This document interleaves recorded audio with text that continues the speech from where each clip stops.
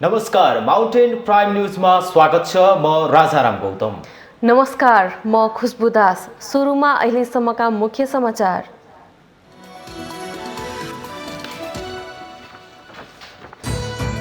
नेकपा एमालेको विवाद थप जटिलतातर्फ अध्यक्ष ओलीको प्रस्ताव नेपाल पक्षले नमान्दा विवाद समाधान हुने सम्भावना पातलियो।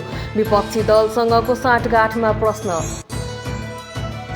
प्रतिनिधि सभा विघटन सम्बन्धी मुद्दामा सर्वोच्च अदालतद्वारा विपक्षीको नाममा कारण देखाउ आदेश जारी। संवैधानिक इजलासमा असार 9 गतेदेखि नियमित सुनवाई हुने।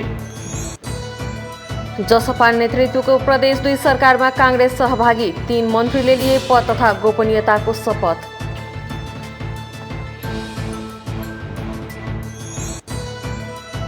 गण्डकी प्रदेश सभा बैठक आज बस्दै। बैठकमा मुख्यमन्त्री गुरुङले विश्वासको मत लिने कार्यतालिका रहेको प्रदेश सभा सचिवालयद्वारा जानकारी। संक्रमणको जोखिमका बीच लाइन बसेका उपभोक्तालाई सहुलियत दरका खाद्य सामग्री पाउन कठिन। 2 घण्टा मात्र बिक्री केन्द्र खुल्ला हुँदा अधिकांश रित्तो हात फर्किन बाध्य। अमेरिकी खोप निर्माता कम्पनी फाइजरले 12 वर्ष मुनिको उमेर समूहमा कोरोना विरुद्धको खोप परीक्षण गर्ने। 4500 बालबालिकामा परीक्षण हुने। र नेपाल क्रिकेट सङ्घ क्यानद्वारा नयाँ आर्थिक कार्यविधि पारित। राष्ट्रिय टिमका खेलाडीले हरेक 1 दिवसीय खेल बापत 10,000 र T20 बापत 5,000 भत्ता पाउने।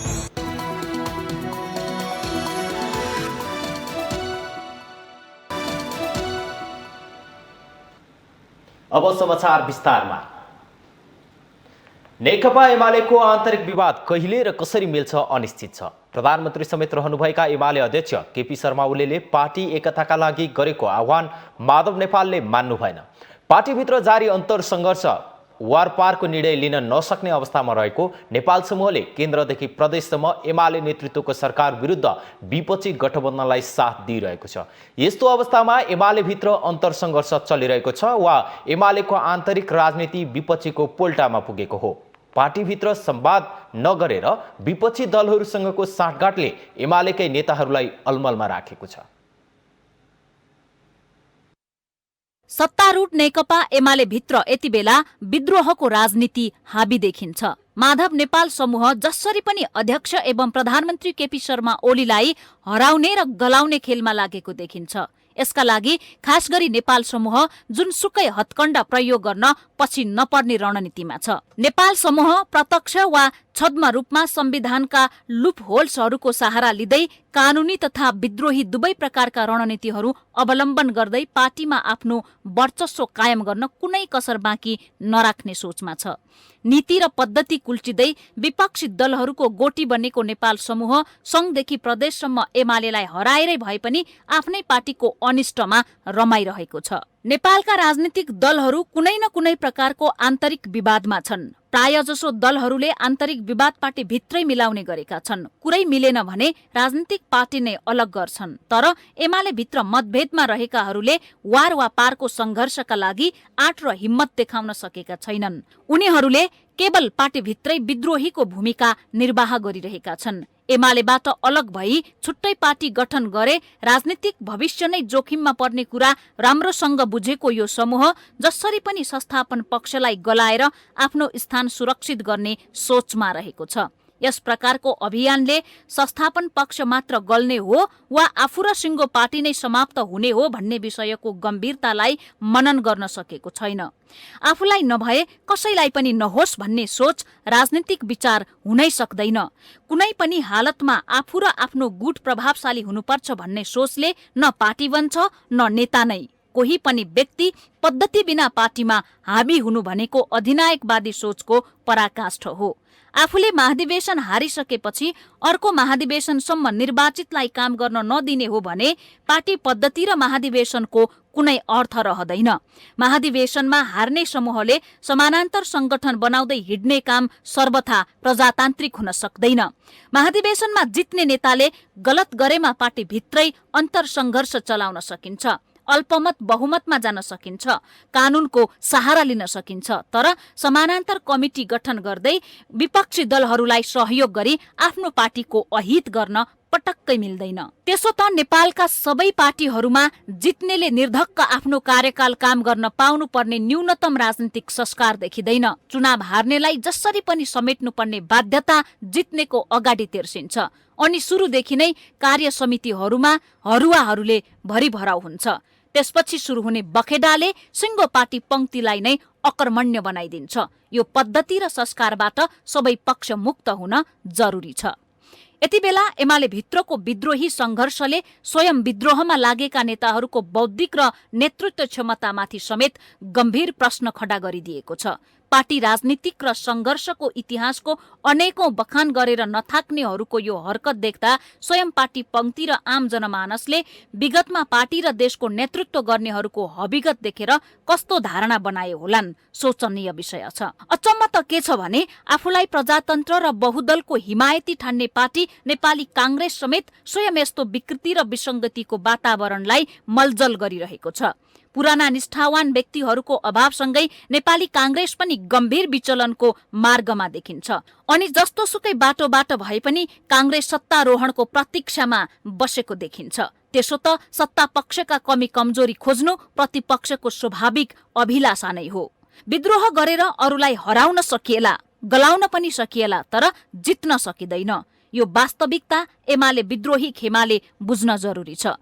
पार्टी अध्यक्षको हरेक आह्वानलाई शंका गर्दै विपक्षीको शरणमा जाँदा कतै स्वयं विपक्षीको शिकार त बनिने होइन भन्ने गम्भीर हेक्का राख्न ढिला गर्नु हुँदैन। संस्थापन पक्षले असन्तुष्टहरूलाई पनि खुल्ला दिलले समेट्न सक्नुपर्छ। तर हरेक आह्वानलाई कमजोरीको रूपमा मात्र बुझ्ने अनि त्यसको प्रतिवाद गर्दै क्रान्तिकारीपन देखाउन खोज्ने प्रवृत्तिलाई सधैँ सहेर पनि पार्टी अगाडि बढ्न सक्दैन। समग्रमा जति सक्दो छिटो विकृत राजनीतिले निकास पाउन जरुरी छ। देशले ठूलो संकट भोगिरहेको छ। सबैको प्रयासले मात्र संकट निवारण हुन सक्छ। माउन्टेन टेलिभिजन एचडी राजनीतिक ब्यूरो। प्रतिनिधि सभा विघटन सम्बन्धीको मुद्दामा सर्वोच्च अदालतले राष्ट्रपति कार्यालय लगायत विपक्षीका नाममा देखाउ आदेश जारी गरेको छ। बुधबार बसेको संवैधानिक इजलासले विघटन सम्बन्धी मुद्दाको प्रारम्भिक सुनवाई गर्दै कारण देखाउ आदेश जारी गरेको हो। त्यस्तै यी मुद्दामा असार 9 गतेदेखि नियमित सुनवाई हुने पनि इजलासले निर्णय गरेको छ। रिट निवेदकले अन्तरिम आदेश माग गरे पनि इजलासले त्यो भने दिएन। रिट निवेदक मध्ये शेरबहादुर देउबा सहितका 146 सांसदको निवेदनलाई प्राथमिकता दिएर सुनवाई हुने भएको हो। देउबा लगायतको निवेदनको परिणामले अन्य रिट निवेदनलाई प्रभाव पार्ने भन्दै उक्त निवेदनलाई सुरुमा सुनवाई गर्ने निर्णय भएको हो। प्रतिनिधि सभाका 146 सांसदले धारा 76(5) अनुसारको प्रधानमन्त्रीका शेरबहादुर देउबालाई नियुक्त गर्न प्रतिनिधि सभा विघटन बदर गर्न अन्तरिम आदेश माग गर्दै दिएको रिटमा प्रधान न्यायाधीश चौलेन्द्र शमशेर जबरा, न्यायाधीशहरू दीपक कुमार कार्की, ईश्वर प्रसाद खतिवडा र डाक्टर आनन्द मोहन भट्टराईको इजलासले अन्तरिम आदेश दिन भनी अस्वीकार गरेको हो। सर्वोच्चले प्रतिनिधि सभा विघटनका विषयमा राष्ट्रपति कार्यालय, प्रधानमन्त्री केपी शर्मा ओली लगायतका विपक्षीसँग लिखित जवाफ माग गरेको हो। बुधबार रिट निवेदकका तर्फबाट बहस गरेका वरिष्ठ अधिवक्ता महादेव प्रसाद यादव र शम्भु थापाले धारा 76(5) अनुसार प्रधानमन्त्री नियुक्तिका लागि देउबाले 149 सांसदको हस्ताक्षर नै बुझाएकाले नियुक्ति नगर्ने राष्ट्रपतिको कदम बदर गर्न अन्तरिम आदेश माग गर्नुभएको थियो। विपक्षीले लिखित जवाफ बुझाएपछि असार 9 गतेदेखि यो मुद्दामा निरन्तर सुनवाई हुनेछ।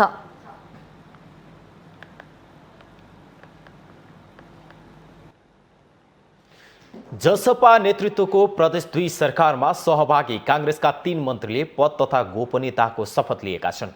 बुधबार कांग्रेसबाट मन्त्री बनेका संसदीय दलका नेता राम सरोज यादव सहित ओम प्रकाश शर्मा र वीरेन्द्र सिंहले पद तथा गोपनीयताको शपथ लिनुभएको हो। उहाँहरूलाई प्रदेश प्रमुख राजेश अहिराजले एक विशेष समारोहका बीच पद तथा गोपनीयताको शपथ गराउनु भएको छ। नवनियुक्त मन्त्रीमध्ये राम सरोज यादवले भौतिक पूर्वाधार तथा यातायात, ओम प्रकाश शर्माले ऊर्जा तथा खानेपानी र वीरेन्द्र प्रसाद सिंहले महिला बालबालिका युवा तथा खेलकुद मन्त्रालयको नेतृत्व सम्हाल्ने हुनुभएको छ। यसैबीच नेकपा माओवादी केन्द्रले भने मन्त्रालय बाँडफाँडमा असन्तुष्टि जनाउँदै सरकारमा सहभागी नभएको बताइएको छ। मागेको जति मन्त्रालय नपाउने भएपछि प्रदेश नम्बर 2 सरकारमा नेकपा माओवादी केन्द्र सहभागी नभएको हो। माओवादीले 2 मन्त्रालय मागेकोमा जसपाले अन्तिम समयमा 1 मन्त्रालय मात्रै दिन सकिने बताएको थियो।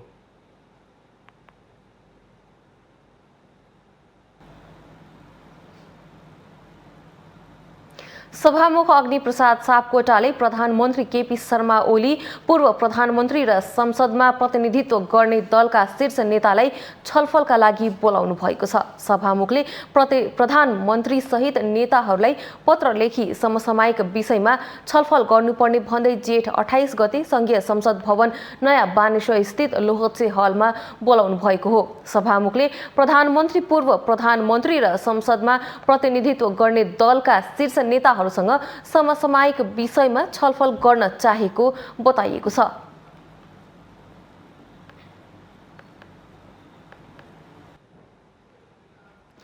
नेपाली कांग्रेसका सभापति शेरबहादुर देउवाले आउँदो भदौमा पार्टीको 14औं महाधिवेशन गर्न प्रतिबद्धता जनाउनु भएको छ। बुधबार विज्ञप्ति निकालेर सभापति देउवाले आउँदो भदौमा पार्टीको 14औं महाधिवेशन हुने र त्यसमा आफू प्रतिबद्ध रहेको प्रश्न पार्नु भएको हो। पार्टीको महाधिवेशन प्राविधिक वा प्रशासनिक विषय मात्र नभएको यो एक महत्त्वपूर्ण राजनीतिक अभियान भएको भन्दै उहाँले पार्टीको जीवन्तताका लागि महायज्ञ हो भन्ने कुरा आफूले राम्रोसँग बुझेको बताउनुभयो। महाधिवेशनको विषयलाई लिएर विभिन्न कुरा उठ्ने गरेको भन्दै उहाँले पार्टीको महाधिवेशन सम्पन्न गर्ने विषयलाई विवादित बनाउने वा कसैले महाधिवेशन गर्न चाहेको र कसैले नचाहेको देखाउने गरी पटक पटक आउने गरेका अभिव्यक्ति स्वीकार्य नहुने बताउनुभयो।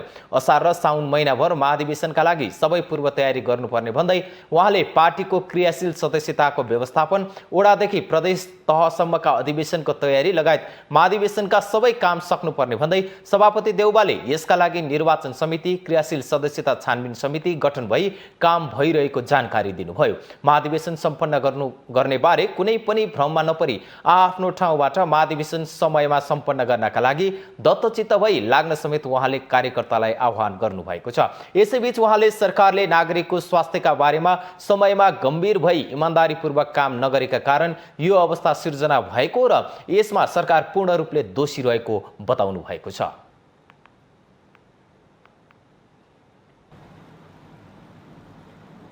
प्रमुख प्रतिपक्षी नेपाली कांग्रेसको 14औं महाधिवेशनको पूर्व निर्धारित समय नजिकिँदैछ। तर महाधिवेशन गर्नका लागि मेरुदण्ड मानिएको क्रियाशील सदस्यता अहिलेसम्म टुङ्गिएको छैन। यसबाट कांग्रेसको महाधिवेशन निर्धारित समयमा हुन्छ कि हुँदैन भन्नेमा आम चासो बढेको छ। प्रमुख प्रतिपक्षी दल नेपाली कांग्रेसको 14औं महाधिवेशन गर्ने पूर्व निर्धारित समय नजिकिएको छ। पटक पटक म्याद थप गर्दै भदौ 7 देखि 10 गतेसम्म काठमाडौँमा 14औं महाधिवेशन गर्ने निर्णय गरिएको थियो। प्रत्येक 4 वर्षमा महाधिवेशन गर्नुपर्ने पार्टीको विधानमा उल्लेख गरिएको छ। पार्टीको विधानलाई आधार मान्दा विक्रमसम्म 2076 सालमै 14औं महाधिवेशन गर्नुपर्ने थियो। तर सभापति शेरबहादुर देउवाको नियमित कार्यकाल पूरा भएसँगै विविध कारण देखाउँदै 1 वर्षका लागि समयावधि थपिएको समयावधि अनुसार 77 साल फागुन 7 देखि 9 गते हुनुपर्ने 14औं महाधिवेशन कोरोना संक्रमणको जोखिमलाई मध्यनजर गर्दै संविधानको सहारा लिएर 6 महिना थप गरिएको थियो। थप गरिएको समयावधि समेत नजिकिँदैछ। तर कांग्रेसको महाधिवेशनका लागि मेरुदण्ड मानिएको क्रियाशील सदस्यता अहिलेसम्म पनि टुङ्ग्याउन सकेको छैन, जसलाई लिएर अहिले पनि कांग्रेसले पूर्व निर्धारित समयमा नै 14औं महाधिवेशन सम्पन्न गर्न सक्छ या सक्दैन भन्ने आम चासो रहेको छ। संविधानले दिएको समयावधिमा समेत महाधिवेशन गर्न सम्भव नभए कांग्रेसको वैधता के हुन्छ अथवा पार्टीलाई वैधता दिन केही अन्य विकल्पहरू छन् वा छैनन् भन्ने प्रश्नहरू उब्जिएका छन्। नेपाली कांग्रेसका केन्द्रीय सदस्य गुरु घिमिरे 14औं महाधिवेशन समयमा नै हुनेमा आशावादी हुनुहुन्छ। पूर्व निर्धारित समयमा जसरी पनि महाधिवेशन हुने भएकाले वैधतामा प्रश्न उठ्ने कुनै पनि ठाउँ नरहेको उहाँको दाबी छ। 14औं केन्द्रीय महाधिवेशनको समय तालिका चाहिँ हाम्रो भित्रै हामी छौँ। केन्द्रीय महाधिवेशन भन्दा अगाडिको जुन समय हामीले ग्याप राखेका छौँ, अन्तराल छ, त्यो अन्तराललाई चाहिँ हटाएर चाहिँ ग्यापलाई चाहिँ हटाएर हामी चाहिँ महाधिवेशनको तालिकालाई परिमार्जन गर्न सक्छौँ हामी। र अब यो कोभिडको महामारी पनि कम हुँदै जान्छ भन्ने हामीले अपेक्षा राखेका छौँ। त्यसैले चाहिँ केन्द्रीय निर्वाचन समितिले आफ्नो बैठक राखेर आफ्नो काम कारबाही अगाडि बढाउनुपर्छ र समय तालिका परिमार्जन गरेर महाधिवेशनलाई निर्धारित समयभित्रै चाहिँ सुनिश्चित गर्नुपर्छ भन्ने हाम्रो चाहिँ एउटा योजना छ। अर्का केन्द्रीय सदस्य शङ्कर भण्डारी क्रियाशील सदस्यता टुङ्गिन नसक्दा केही अन्यल देखिए पनि महाधिवेशन सम्पन्न गर्नुको विकल्प नभएको बताउनुहुन्छ। तर महाधिवेशनको विधि भने परिवर्तन हुन सक्ने उहाँको भनाइ छ। केन्द्रीय कार्य समितिले महाधिवेशनलाई अद्यावधि तोकेको मितिमा गर्ने वातावरण बनाउन नसक्नु कमजोरी भएको छ। हाम्रो 4 वर्षीय अवधि कार्यकाल समाप्त भइकन पनि 1 वर्ष थप्ने परम्परा अनुसार 1 वर्ष थपेको 1 वर्ष पनि समयावधि पनि सकिएर नेपालको संविधानले राजनीतिक दल सम्बन्धी गरेको व्यवस्था अनुसारको कार्य समय तालिका अनुसार हाम्रो अब यही भदौ 7 गतेदेखि 10 गतेसम्म राष्ट्रिय अधिवेशन गर्ने भन्ने किसिमको हाम्रो निर्णय भइसकेको हो। तर प्राविधिक रूपमा हाम्रो क्रियाशील सदस्यताको छानबिन सम्बन्धी प्रक्रिया नै समाप्त नभएको कारणले एकदम ठुलो दबाव छ, ठुलो प्रेसर छ र ठुलो अप्ठ्यारो परिस्थितिमा छौँ। अधिवेशन त गर्नै पर्छ, यसको अर्को विकल्प छैन। तर कुन विधि र प्रक्रियाद्वारा अधिवेशन गर्न सकिन्छ भन्ने विषयमा छलफल हुँदैछ। लोकतान्त्रिक पार्टीका लागि नियमित महाधिवेशन भनेको प्राण हो। यदि प्राण रहेन भने जीवनको कुनै अर्थ रहँदैन। त्यसैले काङ्ग्रेसले महामारीको संक्रमणलाई बहानाबाजी गरेर कदापि महाधिवेशनलाई टार्नु हुँदैन। विभिन्न विकल्पको खोजी गर्दै समयमा नै महाधिवेशन गर्नु काङ्ग्रेसका लागि आजको आवश्यकता पनि हो। माउन्टेन टेलिभिजन एचडीका लागि सरोज बस्यालको रिपोर्ट। माउन्टेन प्राइम न्युजमा पालो भएको छ विश्रामको।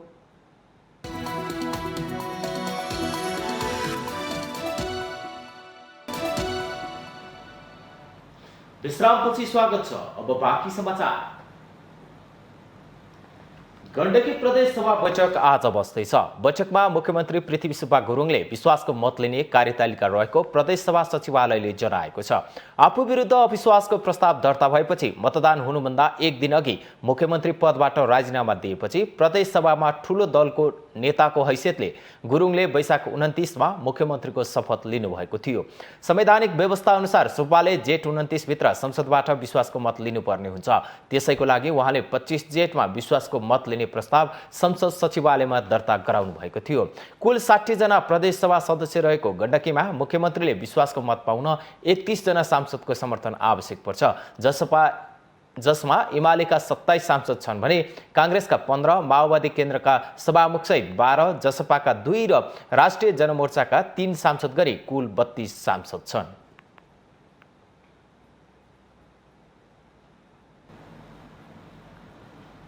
नवनिर्वाचित राष्ट्रिय सभा सदस्य दृगनारायण पाण्डेले संहिताको आधारमा स्थानीय तह र प्रदेशले पाउने अधिकारको लागि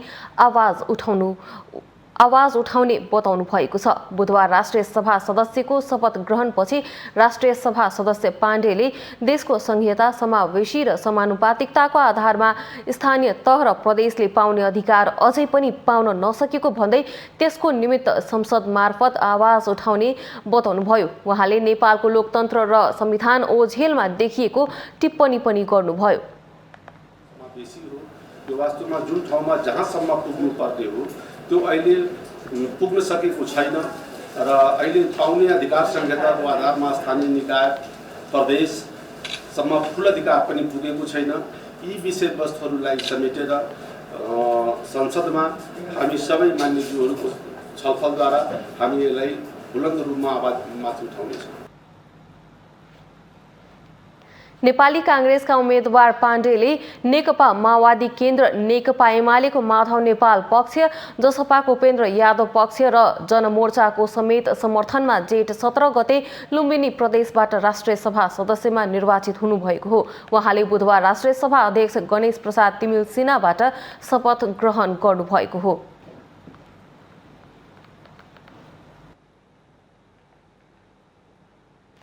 लामो समय यताको निषेधाज्ञाका कारण समस्यामा परेकाहरूका लागि सरकारले उपत्यकामा 9 स्थानमा सहुलियत दरमा खाद्य सामग्री बिक्री गर्दै आएको छ। तर उपभोक्ताले भने केहीमा बाहेक अरूमा सहुलियत नपाएको गुनासो गरेका छन्। 2 किलो चिनीका लागि उपभोक्ताहरू कोरोना संक्रमणको जोखिमसँगै चर्को घाममा घण्टौं लाइन बस्न बाध्य छन्। उपत्यकाभित्र सरकारी संस्थान खाद्य व्यवस्था तथा व्यापार कम्पनी र साल ट्रेनिङ कर्पोरेसन लिमिटेडले 9वटा बिक्री केन्द्रबाट सहुलियत दरमा खाद्यान्न बिक्री गर्दै आएको छ। 20% छुट दिने भन्दै स्थानमा खाद्य वस्तु बिक्री गरिँदै आएको छ। छुट पाउने भएपछि बिक्री केन्द्रमा उपभोक्ताहरूको भिड बढेको छ। त्यहाँ कोरोना संक्रमणको उच्च जोखिममा पनि बिहानैदेखि सयौं उपभोक्ताको लाइन लाग्दै आएको छ। भिडले संक्रमण जोखिम बढाएको र सहुलियतको नाममा झनै शास्ति पाएको उपभोक्ताहरूको गुनासो छ। खाद्य पदार्थ भन्ने सबै कुराको आवश्यक पर्छ, त्यो दिनु पर्यो सरकारले। होइन भने चाहिँ अब 350 को लागि 2 किलो नुन र 2 किलो चिनी 1 लिटर तेलमा चाहिँ उ गर्ने सहुलियत दिने। यो त यस्तो हेर्नुहोस् यहाँदेखि सोल्टीमोड पुगेछ लाइन, अनि यसको लागि दुनियाँले दुःख दिने। जब 350 मा दिनु पर्यो नि, चाहिने जति आवश्यक परे सामान दिनु पर्यो सरकारले।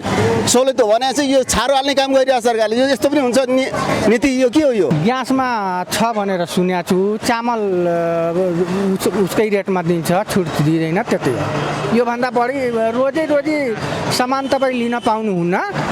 उनीहरूले पोका पारेको छ 350 को, त्यो 350 को सामान लिनुहोस् र जानुहोस्। त चामल देला, यताउति देला, पिठो देला भनेर हामी लाइनमा बसेको। यो 350 को सामान लिन लाइनमा बस्न आएको त होइन नि। खाद्य व्यवस्था संस्थानले थापाथली, रामशाहपत, ललितपुरको नक्खु गोदाम र भक्तपुरको सूर्य विनायकमा रहेको बिक्री कक्षबाट बिक्री वितरण गर्दै आएका छन्। साल ट्रेडिङले कालीमाटी, कोटेश्वर, जाउलाखेल, सतुङ्गल र भक्तपुरका बिक्री कक्षबाट सहुलियतमा खाद्यान्न बिक्री गरिरहेको छ। तर यी बिक्री केन्द्रबाट थोरै परिमाणका खाद्य वस्तु खरिद गर्दा मात्र 20% छुट छ। समान खरिदका लागि नागरिकताको फोटोकपी लिएर जानुपर्नेछ। सरकारले निषेधाज्ञा अवधिका लागि घोषणा गरेको छुटले सर्वसाधारणलाई सुविधाको सस्ता शास्ति दिएको उपभोक्ताको भनाइ छ। बोका नुन, 1-2 किलो चिनी अनि 1 बोका तेल। अब यहाँ यति बुझिरहेछु मैले, उहाँहरूले लिएर जानुभएको देखिरहेछु। त्यति लिनको लागि त अब हामीलाई त टाइम कति गइसक्यो त, कति गाह्रो भइसक्यो। यस्तो भिडभाडमा कति रोग सर्छ। अहिले यस्तो बेलामा यस्तो चाहिँ गर्न नहुने थियो नि त। वडामा लगेर चाहिने पाएको पर्ने ठाउँमा चाहिने ठाउँमा लगेर बरु यो दिन भनेर दिन तोकेर बरु त्यो दिन गरेर फलान दिन यो ठाउँमा दिने त्यस्तो गरेर दियो भनेदेखि त्यो चाहिँ राम्रो होला कि जस्तो लाग्छ कि। काठमाडौँ महानगरपालिकासँग यदि चेतना छ भने उसले महामारी नियन्त्रण गर्ने हो भने 10वटा यस्ता खाद्य संस्था खाद्य सुलभ पसलहरू चाहिँ 10 ठाउँ खोल्नु पर्छ। वडा स्तरीय चाहिँ तरकारी बजारहरू खोल्नुपर्छ। नत्रभएदेखि यो बिहानको भिडभाड हेर्ने भने यो भनेको लाइन लगाएर मान्छे मार्ने काम हो, अरू केही पनि होइन। यसअघि बिहान 10 देखि 3 बजेसम्म खुल्ने सहुलियत पसल हाल भने बिहान 7 देखि 9 बजेसम्म सञ्चालनमा छन्। मूल्यमा छुट पाइने सुनेकाहरू निषेधाज्ञामा पैदलै पनि बिक्री केन्द्रमा धाइरहेका छन्। थोरै समय मात्रै खुला हुँदा लाइन बसेका धेरैलाई खाली हात फर्कनु परेको छ। यसकारण निषेधाज्ञाका कारण समस्यामा परेकालाई सहुलियत दिन भन्दै सञ्चालन गरेको यस्ता बिक्री केन्द्रको प्रभावकारिताको बारेमा एकपटक समीक्षा गर्नुपर्ने देखिन्छ। माउन्टेन टेलिभिजन SD का लागि अप्सरा गौतम, काठमाडौँ। स्वास्थ्य तथा जनसङ्ख्या मन्त्रालयले कोभिड-19 को उपचार शुल्क बढी लिने विरुद्ध उजुरी दिन आग्रह गरेको छ। सरकारले तोके भन्दा बढी लिने स्वास्थ्य संस्थालाई कारवाही गर्ने भन्दै मन्त्रालयले सो आग्रह गरेको हो। बढी शुल्क लिने अस्पतालहरूलाई कालो बजारी ऐन अन्तर्गत कारवाही गरिने स्वास्थ्य मन्त्रालयले जनाएको छ। कोरोना भाइरसबाट पीडित भइरहेका आम जनमानस यति बेला अस्पतालहरूको चर्को शुल्कका कारण थप मारमा परेका छन्। पछिल्लो समय संक्रमण दर बढिरहेको र अस्पतालमा चाप बढेकाले पनि मनपरी शुल्क असुल्ने गरेको पाइन्छ। निजी तथा सरकारी अस्पतालहरूले बिरामीको उपचारमा जथाभावी शुल्क लिएको सर्वसाधारणहरूको गुनासो छ। यो विषय बढ्दै गएकाले यति बेला सरकारी निकायले यसलाई सम्बोधन गरेको छ। ललितपुरका प्रमुख जिल्ला अधिकारी ढुण्डी प्रसाद निरौला भने यस्तो समस्या नागरिकबाट आउन थालेपछि स्वास्थ्य मन्त्रालयको ध्यानाकर्षण गराएको र यस्ता गतिविधि गर्ने अस्पतालहरूलाई सजग गराएको बताउनुहुन्छ। हामीले वास्तवमा अस्पतालमा उपचारको दर रेट कति हो, अधिकतम शुल्क भनेपछि त्यहाँभन्दा बढी लिन पाइँदैन, घटिमै जानुपर्छ भनेर अधिकतम शुल्क विवरण माग गरेका छौँ। सबैलाई चाहिँ तपाईँको चाहिँ अस्पतालहरूलाई चाहिँ हामीले त्यो पारदर्शी मूल्य सूची चाहिँ उल्लेख गर्ने भनेका छौँ। सबै निजी अस्पताल सबै अस्पतालहरूलाई उपचारको डायग्नोसिस गर्दाखेरि उपचार गर्दाको क्रममा लाग्ने अधिकतम शुल्क चाहिँ टाँस्नुहुनेछ, जानकारी गराउनुहुनेछ र प्रत्येक दिन त्यसको विवरण उपलब्ध गराउनुहुनेछ र पारदर्शी ढङ्गले सेवा प्रवाह गर्नुहुनेछ। आम नागरिकहरूलाई पनि यही किसिमको चाहिँ जानकारी लिँदै सेवा प्रवाहमा लाग्न र सेवा लिनको लागि र सेवा प्रवाह गर्नलाई निष्पक्ष ढङ्गले सेवा प्रवाह गर्नको लागि सरकारले संक्रमितको उपचार व्यवस्थापनका लागि सामान्य बिरामीलाई दैनिक 3,500 रुपैयाँ, मध्यम बिरामीका लागि 7,000 रुपैयाँ र गम्भीर प्रकृतिका बिरामीहरूलाई 15,000 रुपैयाँसम्म लिन पाउने व्यवस्था गरेको छ। तर काभ्रे पलाञ्चोक जिल्ला 5 खल नगरपालिकाका नगर प्रमुख महेश खरेल भने बिरामीले एक दिनमै 80,000सम्म तिर्नु परेको गुनासो आउने गरेको बताउनुहुन्छ। काभ्रे जिल्लामा त यहाँ भएका हस्पिटलहरूले त्यस्तो महँगो धेरै शुल्क लिएको भन्ने जानकारी छैन। न्यूनतमै छ धुलिखेल र शिर मेमोरियल हस्पिटलले। तर जति पनि काठमाडौँमा अब हाम्रा सम्पर्कमा हुनुभएको हाम्रा नागरिकहरू पनि विभिन्न हस्पिटलमा ट्रिटमेन्ट गरिरहनु भएको छ। दिनको 80,000सम्म पनि उहाँहरूले के गर्नुहुन्छ, बेड शुल्क भनेर सरकारले तोकेको मापदण्डभित्र राखिदिनुहुन्छ। त्यसपछि चाहिँ औषधि शुल्कहरू त्यसमा भनेर यो शुल्क त्यो शुल्क भनेर 70 देखि 80,000 रुपियाँसम्म पनि दैनिक रूपमा हाम्रो नागरिकहरू र नेपाली नागरिकहरूले तिर्नु परेको छ। यो कुरा चाहिँ राज्यले बुझ्नु पर्यो कि या त प्राइभेट सेक्टर हस्पिटलहरूले साँच्चीकै उहाँहरूको त्यति नै कस्ट लाग्ने हो कि। यता मन्त्रालयका सहप्रवक्ता डाक्टर समीर कुमार अधिकारीले सरकारले तोकेको भन्दा बढी शुल्क लिने गरेको खबर आएकाले यो विषय मन्त्रालयमा उजुरी गर्न आग्रह गरिएको बताउनुहुन्छ। मनपरी शुल्क लिने र मापदण्ड विपरीत सञ्चालित स्वास्थ्य संस्थालाई कालोबजारी ऐन अन्तर्गत कारबाही गरिने उहाँको भनाइ छ। त्यस्तो अवस्थामा त्यस्तो खालको समस्याहरू पाइयो भने हाम्रो स्थलगत रूपमा अनुगमन गर्ने विभिन्न निकायका स्थानीय प्रशासनहरूका, स्थानीय तहहरूका, प्रादेशिक तहहरूका, संघीय तहका विभिन्न निकायहरूको स्थलगत रूपमा अनुगमन भइरहेको हुन्छ र त्यस्तो त्रुटि पाइयो भने सम्बन्धित अस्पतालहरूलाई अहिले सेवा प्रवाह कसरी सजिलोसँग गराउन सकिन्छ भन्ने कुरादेखि स्पष्टीकरण सोध्नेदेखि सम्बन्धित अस्पतालको सम्बन्धन खारेज गर्नुपर्ने अवस्थासम्म जान पर्न सक्ने अवस्था हुन्छ। त्यसभन्दा बाहेक अरू विद्यमान कानुनी अनुसार कालोबजारी सम्बन्धी अरू कानुनी व्यवस्थाहरू अनुसार कारबाही हुने अवस्था हुन्छ। महामारीको समयमा सरकारले यसअघि नै शुल्क सार्वजनिक गर्न आग्रह गरिसकेको छ। तर महामारीको यो समयमा अनेक बहाना बनाई चर्को शुल्क लिनेलाई कारबाही गर्ने पनि भनिएको छ। तर पीडित पक्षले सम्बन्धित स्थानमा उजुरी नगरेकाले यो कारबाही सम्भव हुन सकेको छैन। यस्तोमा मन्त्रालयको आह्वान अनुसार उजुरी दिएको खण्डमा जथाभावी शुल्क लिने स्वास्थ्य संस्थालाई कारबाही हुन्छ भन्ने विश्वास गर्न सकिन्छ। माउन्टेन टेलिभिजन एचडीका लागि सङ्गीता अधिकारी, काठमाडौँ। पछिल्लो 24 घण्टामा 4,344 जनामा कोरोना संक्रमण पुष्टि भएको छ।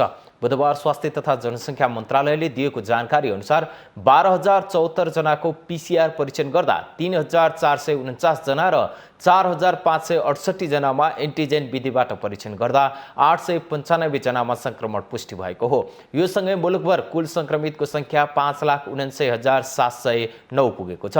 त्यस्तै पछिल्लो 24 घण्टामा 5,768 जना निको भएका छन्। यो सँगै मुलुकभर संक्रमण मुक्त हुनेको संख्या 5,10,298 पुगेको छ। मुलुकभर सक्रिय संक्रमितको संख्या 80,336 रहेको छ। साथै पछिल्लो 24 घण्टामा काठमाडौँ उपत्यकामा 915 जनामा संक्रमण पुष्टि भएको छ, जसमध्ये काठमाडौँमा 679, भक्तपुरमा 85 र ललितपुरमा 151 जना रहेका छन्। त्यसैगरी पछिल्लो 24 घण्टामा 81 जनाले कोरोना संक्रमणका कारण ज्यान गुमाएका छन्। यो सँगै मुलुकभर कोरोनाका कारण ज्यान गुमाउनेको संख्या 8,179 पुगेको छ।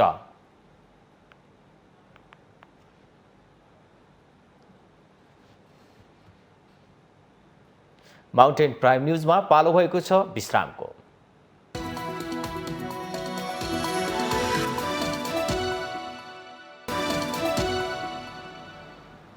विश्रामपछि स्वागत छ। अब बाँकी समाचार।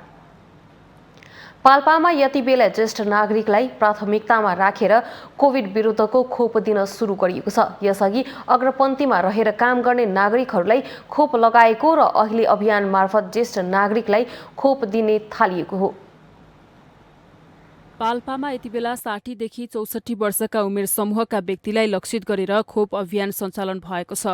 कुल 8200 सो उमेर समूहका नागरिक भएको जिल्लामा जम्मा 4100 भाइल मात्रै खोप आपूर्ति भएकाले 62 देखि 64 वर्षका ज्येष्ठ नागरिकहरूलाई मात्रै खोप दिने तयारी भएको स्वास्थ्य कार्यालय पाल्पाले जनाएको छ।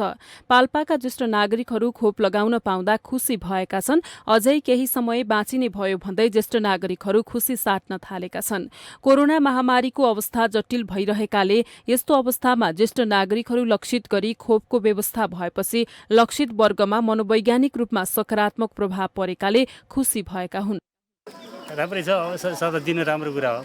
अब त 19 वर्षदेखि माथिलाई पनि दिनु पर्छ अब हैन, सबलाई दियो भने जाति हुन्छ। खोप लगाएपछि मलाई खुसी लाग्यो, यो यति होपछि त बचिन्छ कि भन्ने चाहिँ नि भयो हैन। अब बच्न मर्न चाहिँ त एउटा भाग्यको लेखा हो चाहिँ हो, तर चाहिँ खोप लाए चाहिँ जोस पाइयो, खोप लगाइयो। अब दोस्रो चाहिँ नि ऊ पनि चाँडै नै भयो, हामीलाई अब बाँचिन्छ कि भन्ने खास छ। जिल्ला स्वास्थ्य कार्यालयका खोप निरीक्षक गजेन्द्र प्रसाद कर्णले जिल्लामा 60 देखि 64 वर्षका 8200 नागरिक भएकोमा जिल्लामा जम्मा 4100 भाइल मात्रै खोप आपूर्ति भएकाले 62 देखि 64 वर्षका 4100 ज्येष्ठ नागरिकलाई खोप दिएको बताउनुभयो। टाङ्नु पर्ने हो मलाई 8260 वर्षदेखि 64 वर्षसम्मको कुरालाई लगाउनु पर्ने थियो, तर अहिले भ्याक्सिनको कमी भएको हुनाले अहिले चाहिँ हामीले 62 देखि 64 सम्मलाई लगाइरहेको छु, लागिरहेछ। हिजो पनि लाग्यो, आज पनि लागिरहेछ र यो 4 हप्ताको फरक पनि सेकेन्ड डोज पनि दिनुपर्छ। यही हो यस्तो। अहिले चाहिँ हामीले 41 नै हामीले सप्लाई गरिसक्यौँ। खोप लगाएपछि संक्रमणबाट जोगिनका लागि मनोवैज्ञानिक रूपमा सकारात्मक प्रभाव परेको देखिएको छ। खोप लगाउन टाढाबाट पनि पैदल यात्रा गरेर ज्येष्ठ नागरिकहरू खोप केन्द्रसम्म आएका छन्। खोपको मापदण्ड अनुरूप दोस्रो डोज समयमै उपलब्ध भए मात्रै ज्येष्ठ नागरिकहरूको खुशीले थप सार्थकता पाउने देखिन्छ। माउन्टेन टेलिभिजन एचडीका लागि पाल्पा सहकर्मी प्रकाश नेपालको रिपोर्ट। बाजुरामा खाद्य व्यवस्था तथा व्यापार कम्पनीले 20% छुटसहित चामल बिक्री सुरु गरेको छ। विशेष छुटका साथ बिक्री वितरण हुन थालेपछि कोरोना कहरकै बीचमा पनि खाद्यान्न लिने उपभोक्ताको भिड लाग्दा कोरोना संक्रमणको जोखिम बढेको छ। सरकारको घोषणा अनुसार बाजुरामा पनि 20% छुटमा खाद्य सामग्री बिक्री सुरु गरिएको छ। कोरोना महामारीका समयमा जारी गरिएको निषेधाज्ञाका बीच खाद्य संस्थानले साबिकको मूल्यमा 20% छुट दिएर चामल बिक्री गर्न सुरु गरेको हो। छुट सहित खाद्यान्न पाइने भएपछि उपभोक्ताहरू कोरोना संक्रमणको जोखिम मोलेरै भए पनि खाद्यान्न खरिद गर्न आएका छन्। संस्थाले प्रहरीको सुरक्षामा सामाजिक दूरी कायम गरेर चामल बिक्री गर्ने बताएको भए पनि व्यवस्थित गर्न सकेको छैन। बिहान 7 देखि 9 बजेसम्म चामल बिक्री गर्ने गरेको संस्थामा दैनिक 400 भन्दा बढी चामल किन्न आउने गरेका छन्। यस्तो भाडै असुल गरेर यिनीहरूले बाँकी फटाफट 2-3 जनाको नम्बर लागेर दिए पनि त हुन्छ नि। यति यिनीहरूले यो नम्बर लाग्ने यति भिडभाड गर्ने त कामै थिएन नि त।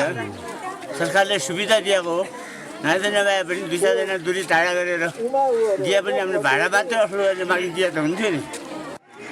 2 घण्टा मात्र खोलेर यो समस्या गरायो सरकारले। अब लाइन लागिरहनु परिरहेछ। सरकारले लकडाउन गरेको छ। अब मान्छेहरूको लकडाउनको मतलबै छैन होइन। दिनभरि खुला गऱ्यो भने दिनमा 2 मान्छे आउँदै रहन्छ जाँदै गर्थ्यो, मतलब थिएन। अब यसमा लकडाउन होस् नहोस् थाहै छैन नि, मतलबै छैन।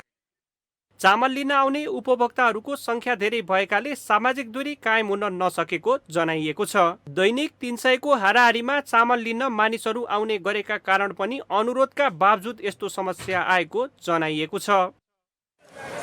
अब यो नेपाल सरकारको बजेट बहुत मार्फत 20% छुट दिई बिक्री गर्ने भन्ने अनुसार हामीले खाद्यान्न बिक्री गरिरहेका छौँ। हालसम्म 220 कुन्टल हिजोसम्म बिक्री भइसकेको छ र अब दिनको सरदर 300-400 जति मान्छे खाद्यान्न लिन आउने गरेको छ।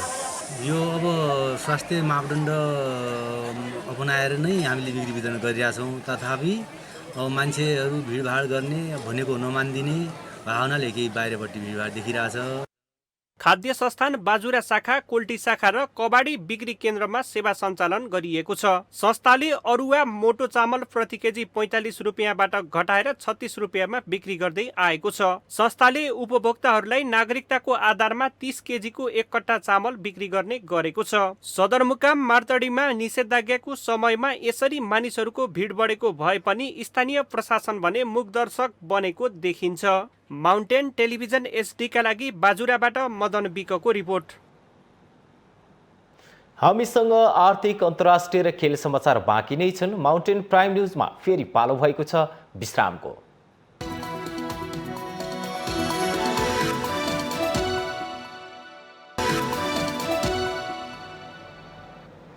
विश्रामपछि स्वागत छ। अब पालो आर्थिक समाचारको। बुधबार शेयर बजार कारोबार मापक नेप्से परिसूचक दोहोरो अङ्कले घटेको छ। दिनभरको तीव्र उतार चढावपछि बुधबार नेप्से परिसूचक 13.56 अङ्कले घटेर 2946.58 अङ्कमा झरेको छ। क वर्गको कारोबार मापन गर्ने सेन्सिटिभ इन्डेक्स 2.83 अङ्कले घटेको छ। नेप्से परिसूचक दोहोरो अङ्कले घटे पनि बुधबार कारोबार रकममा भने उल्लास कायमै रह्यो। दिनभर भएका 1,55,239 कारोबारबाट 221 कम्पनीका 3,13,54,022 किता सेयर किनबेच भएका छन्, जसबाट कारोबार रकम 16,79,17,92,703 रुपियाँ पुगेको छ। नेपाल इन्स्योरेन्सका लगानीकर्ताले बुधबार धेरै कमाएका छन्। यस कम्पनीको शेयर मूल्य 9.95% बढेर 1,006 रुपियाँ पुगेको छ। दोस्रोमा युनाइटेड मोदी हाइड्रो पावरका कम्पनी र तेस्रोमा रिद्धि हाइड्रो पावर कम्पनी देखिएका छन्। यसै गरी Arun valley hydro power, CEDB hydro power, Varun hydro power, Pokhara finance र प्रभु इन्स्योरेन्सको शेयर मूल्य 9% भन्दा धेरैले बढेको छ। धेरै गुमाउनेहरूको पहिलो नम्बरमा United IDI, Madi, Mahalaxmi Bikas bank, Shine Resunga development bank, Miteri development bank, Garima Bikas bank, Lumbini विकास बैंकको शेयर मूल्य घटेको छ।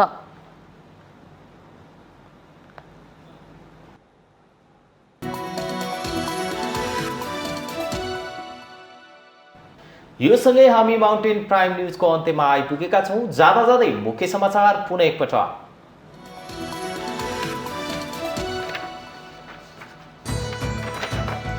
नेकपा एमालेको विवाद थप जटिलतातर्फ अध्यक्ष ओलीको प्रस्ताव नेपाल पक्षले नमान्दा विवाद समाधान हुने सम्भावना पातलियो। विपक्षी दलसँगको साँठगाँठमा प्रश्न। प्रतिनिधि सभा विघटन सम्बन्धी मुद्दामा सर्वोच्च अदालतद्वारा विपक्षीको नाममा कारण देखाऊ आदेश जारी। संवैधानिक इजलासमा असार 9 गतेदेखि नियमित सुनवाई हुने। जसपा नेतृत्वको प्रदेश 2 सरकारमा काङ्ग्रेस सहभागी। 3 मन्त्रीले लिए पद तथा गोपनीयताको शपथ।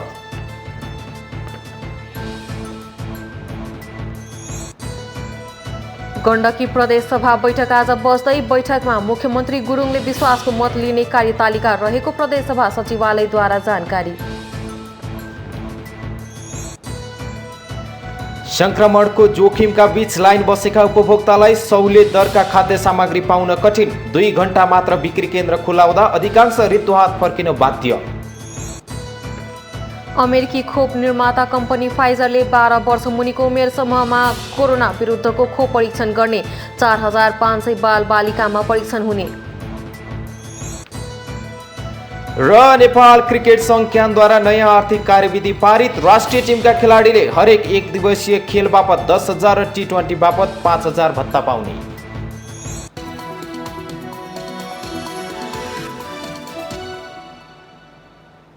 माउन्टेन प्राइम न्युज अहिलेलाई सकियो। सत्य, तथ्य र निष्पक्ष समाचारका लागि हेर्दै रहनुहोला माउन्टेन टेलिभिजन HD। नमस्कार।